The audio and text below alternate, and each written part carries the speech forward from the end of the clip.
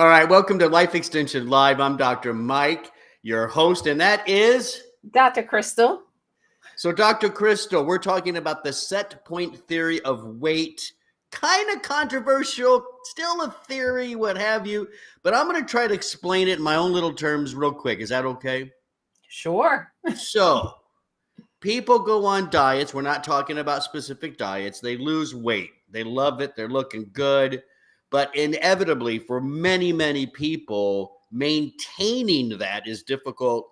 And they seem to creep back to that weight that they began with. It's almost like their body was like, nope, we want to be over here. And so there's this idea that weight could be set, and it's very complex, probably lots of genetics involved, who knows, right? But your brain is like, there's a certain metabolic rate, a certain weight, and we're gonna keep you there even after you lose weight, so you're gonna creep on back. Does that sound like the issue to you? That sounds like it. I mean, that's what the theory describes. And yeah, there are internal cellular mechanisms that we'll talk about, the production of various hormones and things that just the body is saying, hey, I don't like this change, or this change has happened too suddenly. And so I'm just going to go back to the same old way. I kind of think about it as I had my piano tuned, and it hadn't been tuned in like 10, 15 years. And the piano tuner said, we can only kind of stretch these strings so much. I'm going to have to come in and gradually, I can't tune it all the way, Right. I like because that. we'll break the strings. And it's the same idea. You have to it's a slow process. Yeah, I like that. That's a good analogy. And so I just want to do a quick little disclaimer. We're not, if you're happy with your weight and you're fine, where this is not for you. We're talking to the people. I'm one of them, where Yeah. you lose weight, but you have a hard time maintaining. And so the idea is, if this weight, this set point weight, really is true, is there a way to reset it at a new maintenance weight? I think that's our point, right, Dr. Crystal? That is the point. How can you kind of change that weight that you just sort of hover around? Right, right. That your body just seems to love for some Yes. reason, right? All right. So on today's show, we're going to talk about the set point weight theory, what it is, and how to shift your set point weight to help you maintain your weight loss success. So let's get right into the theory a little bit more, Dr. Crystal. Um, I just kind of gave us a quick little, I think, rundown of it, but it's, as you suggested, it's a little more complicated, right? So tell us, let's hear your take on it, what it is and why it happens. Yeah, I think it's a feedback control mechanism in the brain, and it's really trying to get the body back into what it thinks is a state of balance. How that cell normally processes nutrients, the chemicals that are produced in the brain change, and these mechanisms modulate food intake and or energy expenditure. And when I say food intake, we start seeing that the hormones that cause hunger increase. We also see that that the body turns into more of a conservative or Mhm. conservation mode, likely due to the potential decrease in caloric intake, especially if you are dieting. That decrease in the normal energy that the body is used to receiving is sort of like a red flag to the Yeah. body, saying, wait a minute, I'm used to getting 3,000 calories a day, and now I'm only Yeah. getting 200, or I mean 2,000 calories. And that is a sign. I think it's a protective mechanism I think that so. the Yeah. body is saying, hey, where are my calories? What's going on here? Are Yeah. we entering into a famine A or a famine. Yes. starvation Yeah. mode? Yeah. And then the body sort of downshifts and said, okay, I better conserve energy. I better reduce my metabolic rate and conserve, because it's still trying to figure out what's happening here. Yeah. Yeah, I used to use the term diet shock, Dr. Krista, where, especially if you're losing the weight too quickly, right? That's why slower weight loss right away. We'll give you a little hint. Losing weight slowly helps to kind of mitigate some of this, right? Mhm. But if but that's not enough. But if you're losing weight, especially too quickly, it's like your body gets shocked. Wait, like you said, wait, is there not enough Yeah. food all of a sudden? What's going on? Like, and so Mhm. the body, listen, the body knows how to conserve. The body That's right. knows how to keep on holding on to energy and fat. And it's gonna do it. A review. I'm gonna read this. This is a review. Now it's an older one from 1988, but it's a postgraduate medicine publication that says body weight. I'm reading this directly. Body weight can be viewed as a physiological variable that, like core temperature, is regulated at a specific level or set point.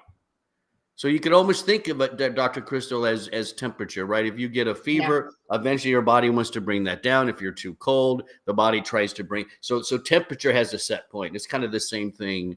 At least the theory is Right. that's the same thing with weight. So you talked a little bit about hormones. Tell us a little bit more there. There's the return to set point.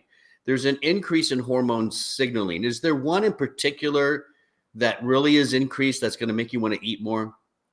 Well, one that we can think about, the classic hunger hormone, which is ghrelin. And then you're also seeing a decrease in that fullness signaling, which is that GLP-1. And I think most people are We know most familiar people know with that one. GLP-1 now, glucagon like peptide 1. So you're having a decrease in that fullness signaling hormone. And then, of course, the lower rate in metabolism. Right. So what do you think?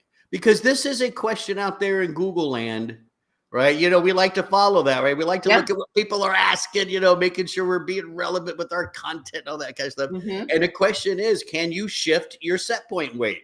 What do you like based on everything we've learned with this? What is your gut feeling? Yes, you absolutely can. But it takes time. Yeah, definitely takes time. Hey, you listen, it took you a long time to gain that weight. Take your time in losing it. That's probably step number one. And then Hmm. there are, of course, some suggestions we have coming up that will help you maybe stay. That new weight can become your set point. I think that's the hope. That Right? is, yes, yes, that, and it really, if you continue with the lifestyle changes that you made to lose the weight, Mhm. just hang in there, Yeah. and give it some time, and just focus on the health aspects of the behavior changes that you have incorporated, and don't really focus on the weight, then it all settles out. Yeah. Now, listen, maybe you're one of the lucky people out there whose weight set point is perfectly ideal and healthy, and you don't have to worry about any of this. But I think most of us, Dr. Crystal, fall into the other category. I'll use me as an example. If this is where I want to be, my set point's like here. And Yeah. so I lose weight, and then little by little, it starts to head back north to that set point. So I totally get this, and I'm excited we're talking about this topic. So let's get into nutrition and lifestyle ways to manage those changes, those adaptations that are happening in your body to counter the weight loss, right? That's essentially what's happening. Like what I call the diet shock, right? Yeah. What Yeah. are some of the things because at the end of the day, that's the goal, right? It's to mitigate those things that are causing that weight to go back north, head back Yeah. up. So let's start Yeah. with So oh, go ahead. No, so one thing I want to say, and this is kind of not on our outline that we're following, but I do think it's important for us to consider those moments where we start seeing the weight creeping on. That's the time, the best time to kind of incorporate those strategies to get yourself kind of back into that set point. It's when we let the weight creep on and we linger at, say, the weight that's not ideal for us, or where we would prefer not to be. Again, this is all personal preference. We're not telling you that there is a specific, what your ideal weight is, but where you're comfortable, and you can't linger in that more uncomfortable state um, for a long time, because Right. that then will become your new set point. Yeah. Very good. Very good advice. Let's move into the first step that we have here, is managing hunger and those hormones that tell you you're full. Mm-hmm. Right. Tell us about how we're going to do that. How are we going to manage? Yeah. Because right there, I think starting with the hormones is probably great. Right. Yes. So, what are we going to do? So we do see research with two nutrients, hibiscus. It's kind of you can make the herbal tea. My dog used to love to eat the hibiscus right off of our hibiscus plants. But it's that has been shown to help to manage the satiety hormones, or those hormones that help you just to feel satisfied, feel satiated when you're eating, as well as lemon verbena, Mm, uh, which is another herb that we love in my home. My daughter has an essential oil of lemon verbena, but that can also be beneficial. And we have some research, clinical data. One study that we wanted to highlight today is a study in overweight and obese individuals around 30 to 75 years of age, so a nice age range. Supplementation with that combination of hibiscus and lemon verbena, 500 milligrams daily for 2 months. And those participants also incorporated physical activity. right. And as early as 30 days after beginning that supplementation, hunger scores were significantly lower and fullness scores were higher in the intervention group, the group that received that combination of the lemon verbena and hibiscus, compared to the group that did not. Yeah. The effects can be pretty quick, right? I think it was what, 30 days after beginning Yes, so supplementation, within they 30 started days seeing some after that changes. Yeah. supplementation. So that's pretty good, right? People like fast things. That's pretty quick, right? Especially for supplements. And so there you go, hibiscus and lemon verbena for managing those key hunger hormones.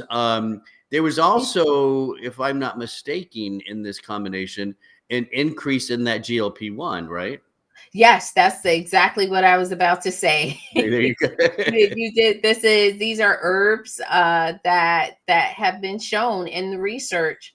They measured that GLP-1, and yes, that was increased Yeah. significantly. Subjective scores. I'm reading this right from our notes of food cravings for sweet, salty, savory, and fatty foods were all significantly decreased. Again, it shows you Mm. the power of those hormones, right? We basically decide to eat or not to eat based on these hormones, right? I mean, that's what's driving us to the kitchen or away from the kitchen. Yes, and it's one of those ideas that once you understand it, you can't beat yourself up too much, because you realize that your physiology, there are chemicals that's driving eating behavior, and it's not always as simple as just self-control or Right. willpower.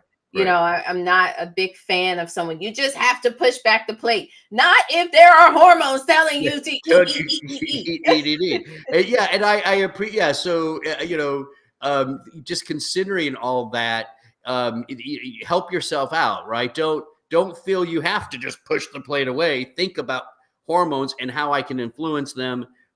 Hibiscus, lemon verbena, great combination.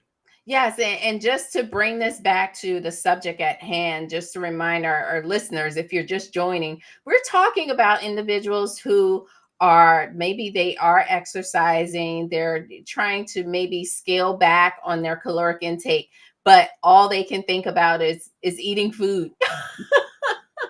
They're hungry. And they are trying to overcome these mechanisms in the body when they are dieting Yeah. to overcome those mechanisms that's making it more challenging.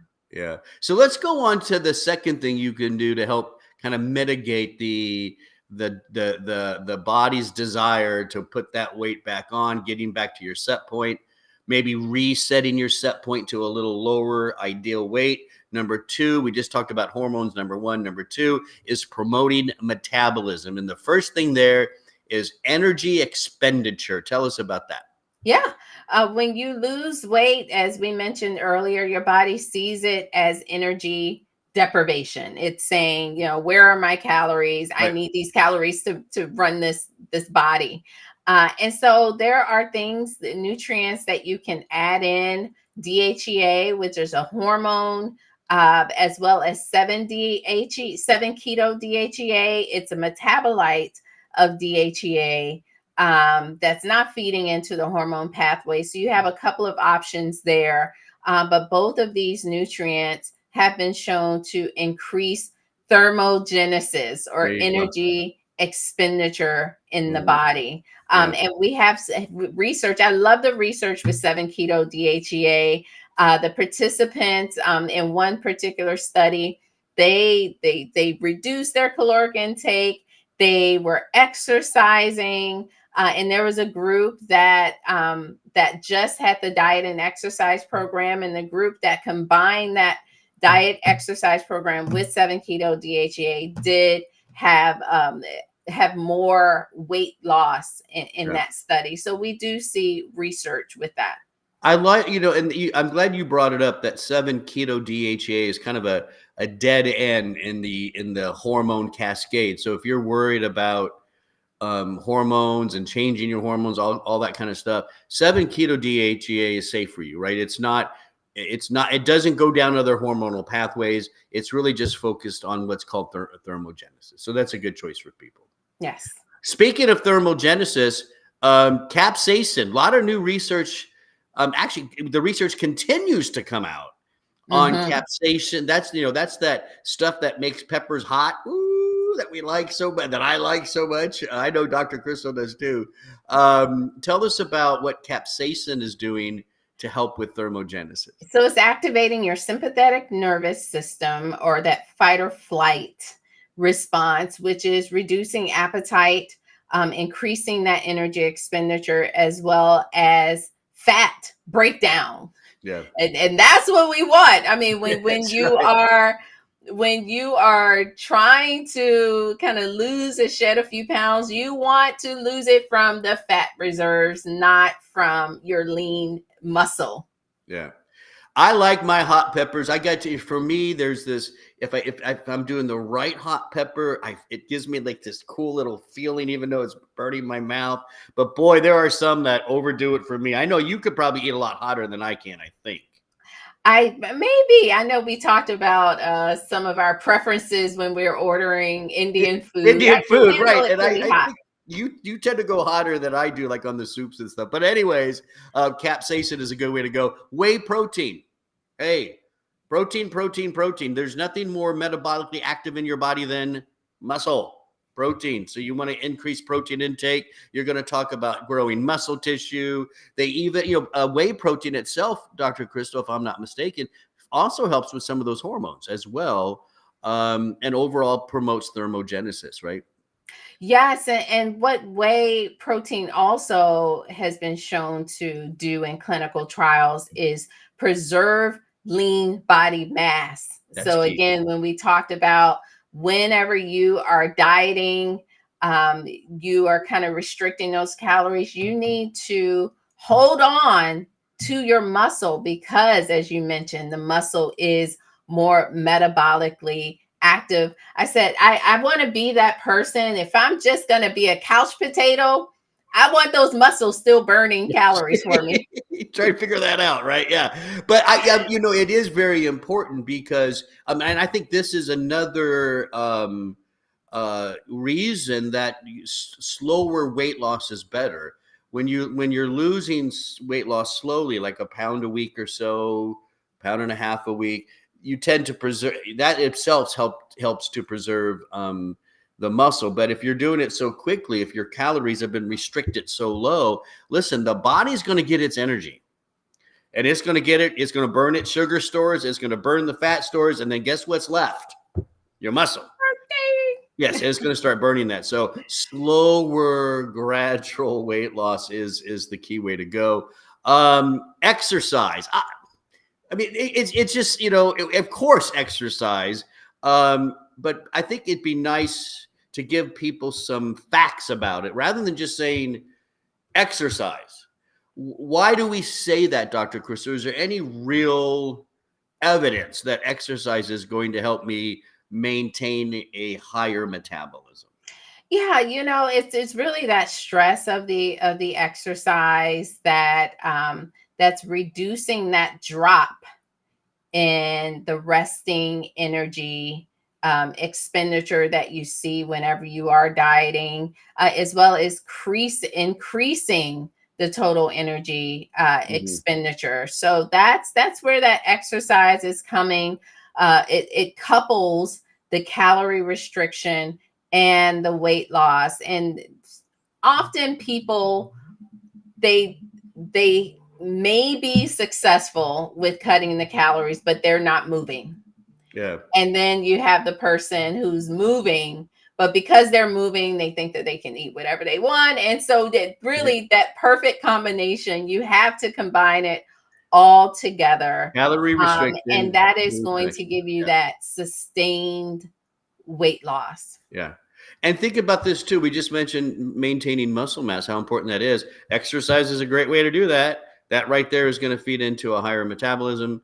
So yeah, make sure you're doing some form of exercise. I like my elliptical trainer and I like my resistant bands. I've been doing, I'm never going to change. That's all I'm going to do the rest of my life. I'm happy you said the resistance bands, because I was going to say, and when we talk about exercise, you need to add some resistance training. So for sure. So there you go. So, you're losing weight, you're feeling good, you get down to that good optimum weight your doctor wants and everybody wants, and your clothes feel great, and you're just loving it all. And little by little, you start noticing, oh my gosh, I'm gaining that weight back. It could be because your body has a set point for weight, just like temperature, weight could be the same thing. So what we're trying to help you with is maintaining your success, maintaining your weight, maybe shifting that set point down. And we talked about some ways to do that. Slow weight loss, look at those hormones, promote energy expenditure, thermogenesis, make sure you're exercising. These are all great ways, proven ways, really, to keep your weight down and maybe set your weight at a lower point. Does that sound like a good wrap up, Dr. Crystal? Love it, Dr. Mike.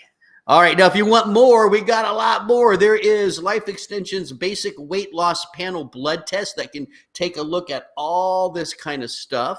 You might want to check that out at lifeextension.com. And then we also have an article, I think, right at lifeextension.com/setpoint. Right? Yes, it's a blog. Yes. It's a blog. And the blogs go through a lot more. I mean, this is a live quick show, right? The blogs are going to go through a lot more than we can here. So you can check out the weight loss blood test panel and then read the article, lifeextension.com/setpoint. Don't forget, we go live every Wednesday at 12 noon Eastern time. And our sponsor, Life Extension, by the way, they want to say thank you. So when you're at lifeextension.com and you're checking out, go ahead and use the code LELIVE and you'll get 10% off, $50 or more, plus free shipping and handling. That's LE Live at lifeextension.com. I'm Dr. Mike. That's Dr. Crystal. There we go. I got it. We'll see you next time.